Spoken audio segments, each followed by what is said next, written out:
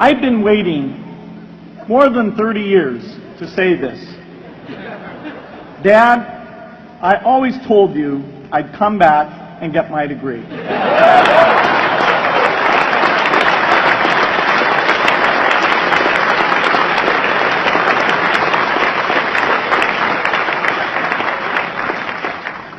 I want to thank Harvard for this honor. I'll be changing my job next year, and it will be nice to finally have a college degree on my resume. I applaud the graduates for taking a much more direct route to your degrees. For my part, I'm just happy that the Crimson called me Harvard's most successful dropout. I guess that makes me valedictorian of my own special class. I did the best of everyone who failed. But I also want to be recognized as the guy who got Steve Ballmer to drop out of business school.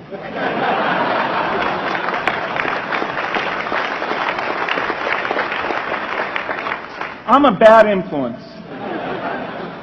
That's why I was invited to speak at your graduation. If I'd spoken at your orientation, fewer of you might be here today.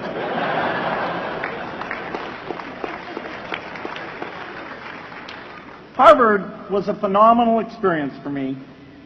Academic life was fascinating.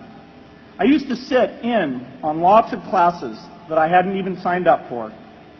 And dorm life was terrific. I lived up at Radcliffe in Currier House.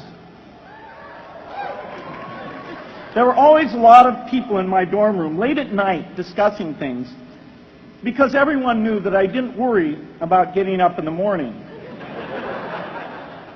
That's how I came to be the leader of the antisocial group. We clung to each other as a way of validating our rejection of all those social people. Radcliffe was a great place to live. There were more women up there, and most of the guys were math science types. The combination offered me the best odds, if you know what I mean. That's where I learned the sad lesson that improving your odds doesn't guarantee success. One of my biggest memories of Harvard came in January 1975, when I made a call from Currier House to a company in Albuquerque, New Mexico, that had begun making the world's first personal computer. I offered to sell them software. I worried they would realize I was just a student in a dorm and hang up on me. Instead, they said, "We're not quite ready.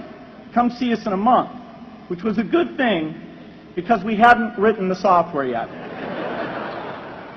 From that moment, I worked day and night on the extra credit project that marked the end of my college education and the beginning of a remarkable journey with Microsoft.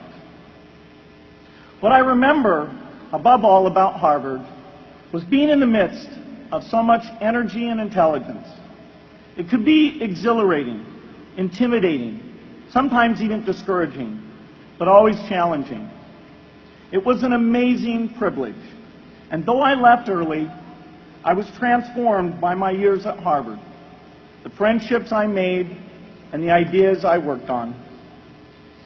But taking a serious look back, I do have one big regret. I left Harvard with no real awareness of the awful inequities in the world, the appalling disparities of health and wealth and opportunity that condemn millions of people to lives of despair. I learned a lot here at Harvard about new ideas in economics and politics. I got great exposure to the advances being made in the sciences. But humanity's greatest advances are not in its discoveries, but in how those discoveries are applied to reduce inequity.